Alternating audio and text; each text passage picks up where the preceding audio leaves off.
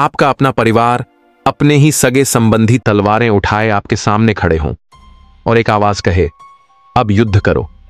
क्या आप युद्ध करेंगे?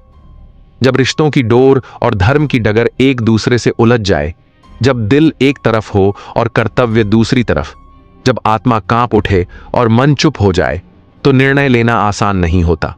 पर उस दिन अर्जुन ने जो किया वो सिर्फ युद्ध नहीं था, वो धर्म की रक्षा थी, भक्ति की पराकाष्ठा थी, वीरता की परिभाषा थी।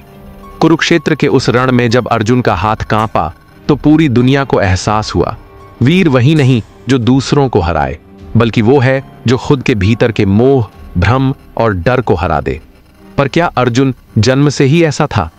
नहीं, वो भी हमारी तरह ही एक साधारण बालक था, इच्छाओं में उलझा, भय में घिरा और सवालों से परेशान। हस्तिनापुर के उस राजमहल में जहां दुर्योधन और उसके भाई सत्ता के घमंड में डूबे थे, वहीं एक कोना था जहां पांचों पांडव अपने गुरु द्रोणाचार्य से शिक्षा पा रहे थे। पांचों में अर्जुन सबसे शांत, सबसे एकाग्र और सबसे अधिक जानने की ललक रखने वाला था। एक दिन उसने गुरु से पूछा, गुरुदेव, यदि लक्ष्य में भ्रम हो जाए तो क्या करें? गुरु द्रोण ने मुस्कुराकर कहा, यदि लक्ष्य में भ्रम है तो लक्ष्य को मत बदलो, अपनी दृष्टि को स्थिर करो। दृष्टि साफ हो जाएगी तो लक्ष्य स्वयं स्पष्ट हो जाएगा। यहीं से अर्जुन की असली यात्रा शुरू हुई, बाहरी युद्धों से पहले अपने भीतर की लड़ाई लड़ने की। फिर आया वो दिन जब गुरु ने परीक्षा ली। एक लकड़ी का पक्षी वृक्ष पर रखा गया। सबसे पूछा गया, क्या देख रहे हो? युधिष्ठिर ने कहा, मैं पक्षी, वृक्ष और आकाश सब देख रहा हूं। भीम ने कहा, मैं पक्षी को और उसकी पूंछ को देख रहा हूं। दुर्योधन ने कहा, पक्षी के चारों पंख दिखाई दे रहे हैं। और अर्जुन, उसने सिर झुकाकर उत्तर दिया, मैं केवल उसकी आंख का केंद्र देख रहा हूं। गुरु की आंखें चमक उठीं। उन्होंने कहा, छोड़ो बाण अर्जुन। और तीर सीधा जाकर आंख को भेद गया। अर्जुन ने बता दिया कि सिर्फ हथियार चलाना पर्याप्त नहीं, ध्यान, समर्पण और भक्ति भी उतने ही जरूरी हैं। पर अर्जुन की सफलता ईर्ष्या का कारण बन गई। दुर्योधन के मन में पहली बार असुरक्षा का बीज फूटा। क्या अर्जुन ही सबसे बड़ा योद्धा बनेगा? फिर आया द्रौपदी स्वयंवर। राजाओं के सामने कोई भी लक्ष्य नहीं भेद पाया। तब एक ब्राह्मण वेशधारी युवक उठा। अर्जुन ने हाथ जोड़कर कहा, हे प्रभु, यदि मेरी साधना सच्ची है तो आज मेरा बाण मछली की आंख को भेदेगा। फिर कुछ पल सन्नाटा छाया रहा और जैसे समय थम गया, अर्जुन का बाण चला और मछली की आंख टूटी। भीड़ स्तब्ध थी, राजा स्तब्ध थे और द्रौपदी का स्वामी बन गया वो योद्धा जो वनवास में था, वेश में था, पर भीतर से परम साधक था। एक बार अर्जुन को वनवास जाना पड़ा क्योंकि अनजाने में उसने वह शर्त तोड़ दी थी कि यदि कोई द्रौपदी को अकेले देखे तो वन जाना होगा। उसने बिना एक पल गंवाए धनुष उठाया और वन की ओर निकल गया। उस वन में अर्जुन को न सिंहासन मिला न राज्य, पर अर्जुन को वहीं मिली असली ताकत। वहीं अर्जुन ने शिव से पाशुपतास्त्र प्राप्त किया। वहीं इंद्रदेव ने उसे स्वर्ग बुलाकर दिव्य ज्ञान प्रदान किया। एक राजा का बेटा धरती पर भटकता हुआ, भूखा प्यासा, ध्यान में लीन। क्यों? अर्जुन जान गया था, जो खुद से जीतता है वही दुनिया को जीत सकता है।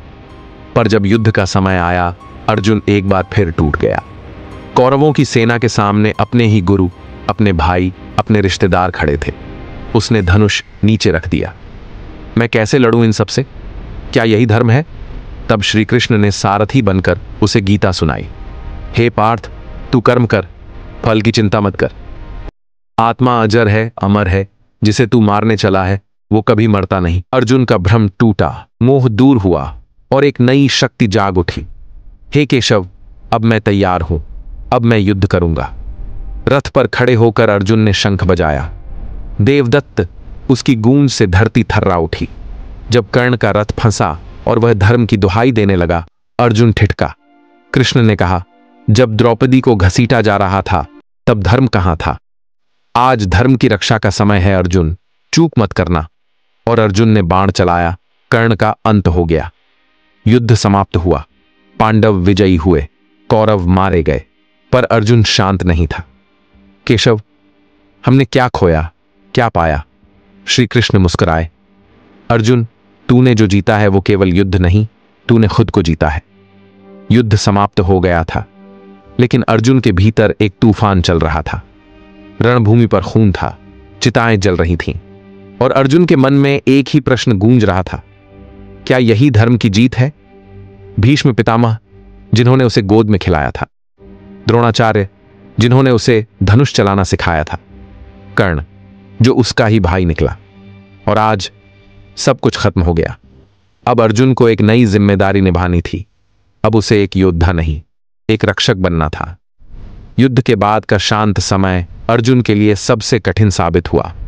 राज्य तो मिल गया, पर लोगों की आंखों में डर था, हृदयों में पीड़ा थी। श्री कृष्ण ने उसे राजधर्म सिखाया। हे पार्थ, धर्म केवल युद्ध भूमि में नहीं निभाया जाता, धर्म तो जीवन के हर क्षण में निभाना पड़ता है। अर्जुन ने अपनी शक्ति को सेवा में लगा दिया, गरीबों के लिए, धर्म के लिए। फिर समय बदला। द्वारका डूब चुकी थी, यादव वंश समाप्त हो गया, श्री कृष्ण के शरीर त्यागने का समय आ गया। अर्जुन के मन में सन्नाटा छा गया। केशव, तू चला जाएगा? श्री कृष्ण ने मुस्कुराकर कहा, हे पार्थ, मैं कभी जाता नहीं, मैं तो तेरे भीतर हूं। जब जब तू धर्म के मार्ग पर चलेगा, मैं तेरे साथ चलूंगा। श्री कृष्ण चले गए।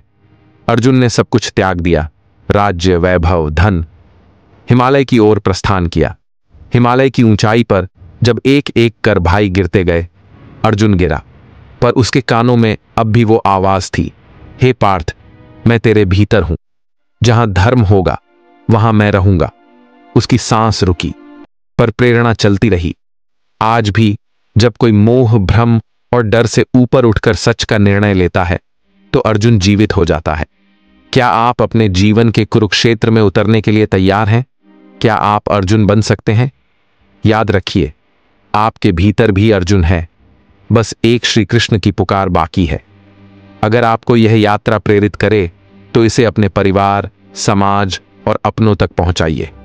लाइक कीजिए, सब्सक्राइब कीजिए और साझा कीजिए, क्योंकि जब भी कोई सच्चा साधक भ्रम को त्याग कर धर्म के पथ पर चलता है, तो श्री कृष्ण स्वयं उसके रथ का सारथी बन जाते हैं। धन्यवाद। जय श्री कृष्ण।